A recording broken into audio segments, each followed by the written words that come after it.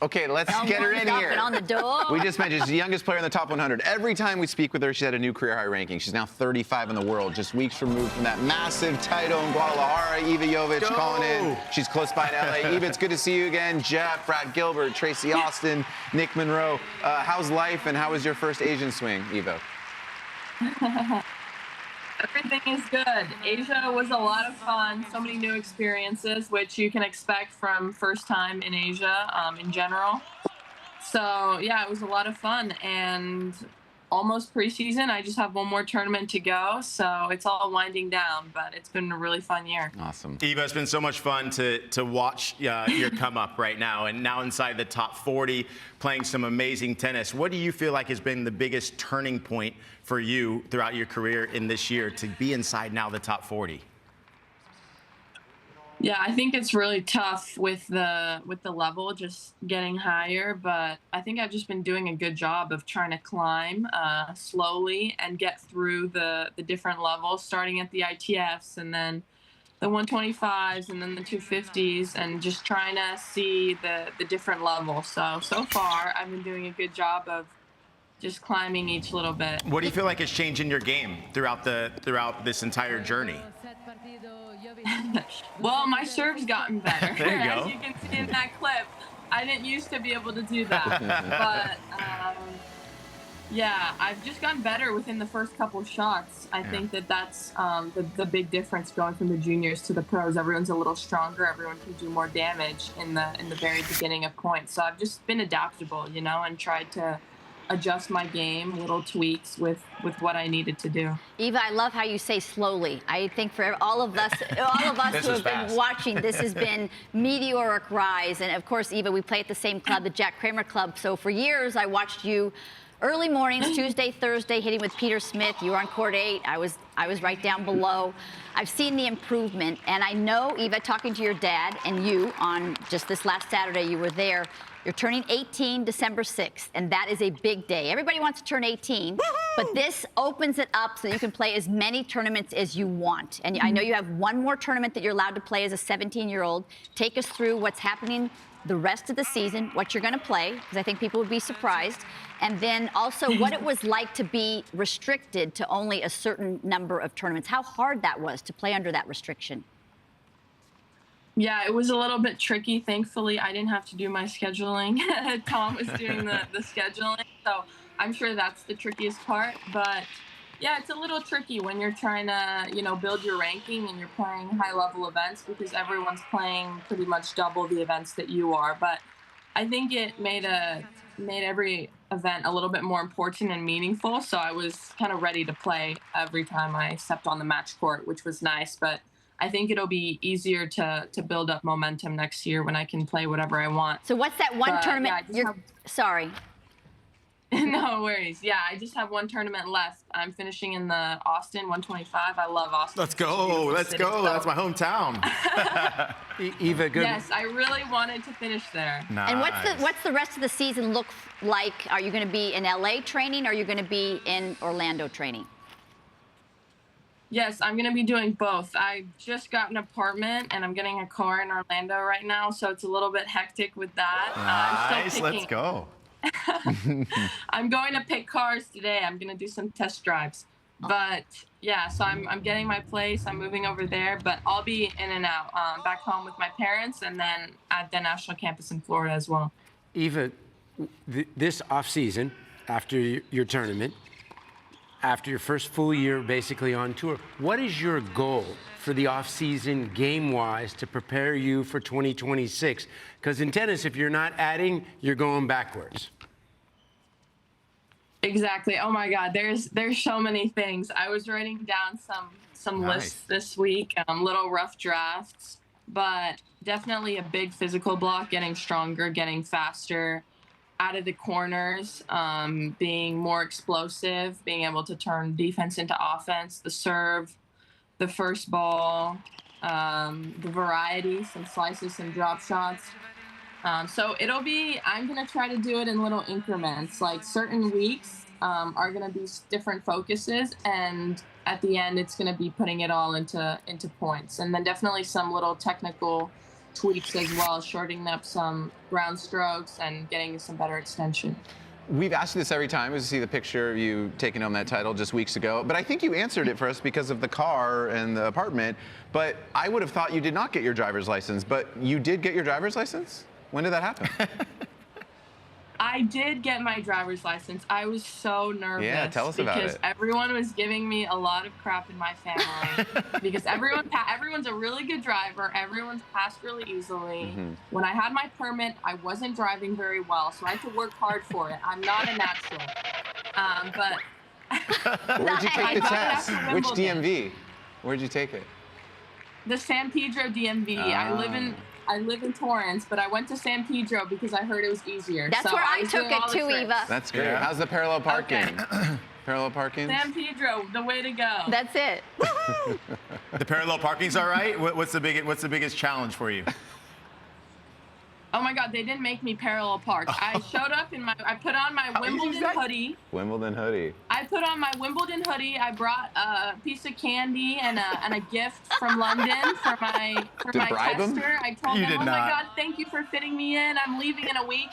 I think she definitely let me pass, but I Smart take move. Wow, That's that's so great. I smart. love that. That is Drive so them, smart. Eva, whatever Now you got it takes. cars that automatically park for you. I would have I thought a know. towel. Would have thought a towel would be good. No, Eva. I think they were impressed. Okay. They're like, I've got Eva Jovic in the car. I am definitely not flunking this girl.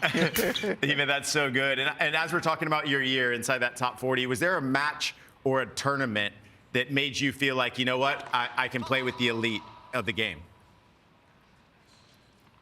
I think earlier in the year, Indian Wells was a big turning point for me because the beginning of the year was tricky a little bit, always coming back from preseason, not having a lot of events. And then I went back and kind of grinded in the ITFs. Yeah. And then I went and played Indian Wells. I had some good matches there, had a good result, played a great match against Paolini as well. And that definitely gave me confidence. And then just some momentum. It's crazy what just one or two matches can do mentally for the rest of the season. So I just kind of dialed in a little bit after that. And then I won a title on the clay, won a title on the grass. And I just work best when I play a lot of matches. So I just felt way more confident after that point. So a title on every surface, so impressive, so young already. But I got to ask you about Guadalajara because that's actually a 500. That's a big event. And you won the other titles. How important was that for you? And you might have talked to these guys about that, but to win a 500 WTA level, what did that mean to you? What did that feel? Because it really changed your ranking. It just propelled you so high.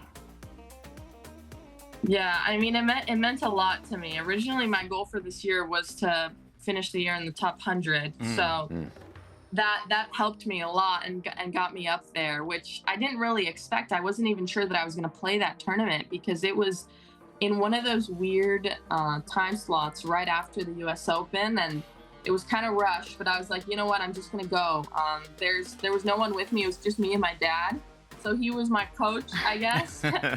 So it was almost like a USTA tournament. That's what it felt like. We're just back in it, going to Lakewood with my dad. Wow. But I went to the Shakira concert while I was there, so it really just felt like vacation, almost Guadalajara. But I fought really hard. I played a couple of 3-set matches. I had a great attitude, and I worked super hard after the U.S. Open. Right after I lost that match to Yasmin, I went right back on the practice court and just try to get better. So I think that translated into Guadalajara.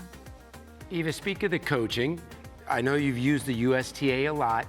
Now that you've done very well, are you investing in your own team? Are you still using USTA? You have your own physio trainer? What's on the agenda potentially going into 26 in this offseason on that front? Yes, yeah, I have my own physio and fitness that travel with me into Grallis, and then they help me out with that stuff. Tom Gutteridge that I work with from the USTA and helps me out a lot, and he's pretty much almost at all the tournaments. And then next year I am looking at getting an extra guy for certain weeks as well. Nice. So that'll all be tried out this off season. So yeah, I'm definitely look to make additions in that front as well, because yeah, you always have to be trying to add, as you said before, because that's what everyone else is doing. Yeah, Eva, that's so special. You know, all these players, when you're playing on the tour, normally you have mentors, someone you look up to. Do you have any mentors or anyone that you reach out to help you be the best that you can be? Yeah, I mean, I think it's pretty convenient that I'm in Orlando because I have Maddie and Ben right there all the time. So, yeah, I hit with Maddie all the time, and she gives me a lot of tips before I go to a tournament. What's this tournament like? What do I do? What do I not do? So that's been pretty great. But I think all of the Americans, I'm loving the podcast right now with Maddie, Jenny does, and yeah, and them. It's really cool. So Jenny's great as well. My sister's at UCLA, so I know Jenny from that. I went on a class with Jenny at the campus as well. So the American women have been really helpful for me. And I talk about your sister, Mia. She's such a great young gal. I've seen her grow up as well, but she's just so solid. How important is that? You know, just one of those girls that is so organized and really seems to have your back. How important is that to have that big sister who also plays on the UCLA team? I mean, it's incredible. I don't think my tennis would be anywhere near where it is if I didn't hit with her growing up and didn't want to beat her more than anything. Yeah. But besides the tennis, she's a really good person, and she always comes with me whenever possible and just wants to support me. She's really excited for me with all the things that I'm doing, and I'm really excited for her as well. She's having a great future in her career. She's in finance. I was at UCLA a couple days ago, kind of just going around her day-to-day business with her. I went to her economics class. Cool. So that was tough, but I'm glad. I fell asleep in every econ I'm class. I'm helping her with her tennis, and she's helping me with my studies. Nice. Eva, you've, again, Tracy, as she mentioned, had this meteoric rise. There's a lot of juniors and a lot of players that have watched what you've done. What would you say is the biggest difference between futures, challengers, and now at the top of the game? Is there a difference in the way players play, how they train, how they get ready for things? What do you think is the biggest difference? Yeah, I think it's just everything is just 5-10 notches above. You know, the juniors do a good job, but then it's like, oh, the details. And then once you try to go from the ITFs to the pros, it's another set of details that you don't, it's another set of details that you didn't even know existed. Yeah. So you just kind of have to learn and try to keep implementing those little things. It's a lot of the off-court stuff that you don't really realize are even relevant that you need to start doing because everyone else is doing it as well. Set point here for Runa. We always appreciate you coming on the show because we've got to catch up with you throughout the year. But 7:30 for our live television show is impressive. Would you normally get up this early? And what does the rest of your day look like? Impressed. Okay, so I'm not naturally a morning person, but I'm really working hard to become one. I love whenever I'm on jet lag and I wake up early because I feel so productive. I'm amazed at how much I can get done before it's even the afternoon. So I'm really trying. But let's just say my alarm was supposed to ring a little bit earlier today. It didn't. I made it on the call, but no, it wasn't easy. Are you going back to sleep? And also, what cars are you going to look at today? What are we looking at? BMWs, Audis? What we got? Rolls Royce? Rolls Royce. Royce. She's 17 years old. No. That's a red card. Rolls Royce I'm in London. No, I was looking at an Audi. I really like the Q5. Yeah. I drive a Toyota RAV4. That's my mom's car. So I can go with that, keep it really simple. It'll be an easy transition. So either an Audi, the Q5. Nice. Go electric. I was looking at Volvos. So yeah, I was looking at some Fords as well. I love it. I like the Bronco. Oh, that's you good. know what I got? I give it thumbs up. I got the Ford Lightning truck, full electric. Go electric. You think she's a truck gal? No. Yeah, what do you mean? Giving me a red card? You think she's getting a truck? But go That's electric. red card even more Go so. a Tesla. Go something that's like easy drive. What do your parents want you to get, Eva? They probably want you to get like that big Hummer so that you're nice and safe or something like that. Yeah, they do want me to get a bigger car. Yeah. But it also can't be too big. Because then it's hard to park. Parking. Yes. Parking is my weakness right now. We just want a lot of metal around sounds you. about right. And Eva, it's fun to see your parents at the club. They play singles against each other. It's unbelievable. way. Wow. Yeah. They even played on Saturday. They're really good. Your mom's a good tennis player. Would you say your dad or your mom was the one who inspired you the most? It's definitely my dad. My mom's tried over the years to kind of get more involved, I guess, but she still doesn't understand a lot about tennis, which I think is better that way. Yeah, there you go. Honestly. She's good though. She's a good player. No, she's good. But yeah, they do it for fun, and they love being at the Kramer Club. They have a whole community and a lot of friends there. I love yeah, Eva. They give me my space. I love that they can play against each other and they still come off the court smiling. You know, husband and wife, single, sometimes that's hard. You and Scott can never do that. Scott! Hit the ball! You're too competitive, Tracy. I've seen that firsthand. I know. It's true. She's It's gnarly. true. So you were watching a couple of your coaches, your former coaches, Rylan Rizza and God. Peter Smith. It was at playing my doubles tournament. And then Connor Hance, you were friends with, you've trained with as well. It's great to get back with that community, I'm sure, to kind of just reconnect after you're on the road. Yeah, it was amazing. That day at Kramer was literally the first day back home. I got back from China the night before.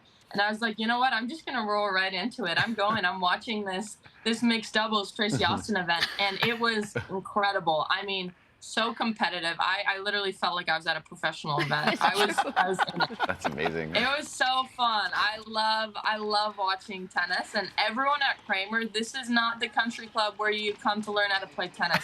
Everyone here knows what they're doing, and everyone here's to win. This is serious business. It's a serious business. Look out, especially straight. That's amazing. Eva, thank you so much for joining us. You're a newfound morning person, new career high. You got the license. You got Austin coming up. It's just been great to watch the rise. You're playing such great tennis. Congrats on such a great year, and we look forward to catching Amazing. up soon. Thanks, Keep it man. going. Good job, Eva. Good luck in Austin. Thank you. Let's go. Thanks for having me.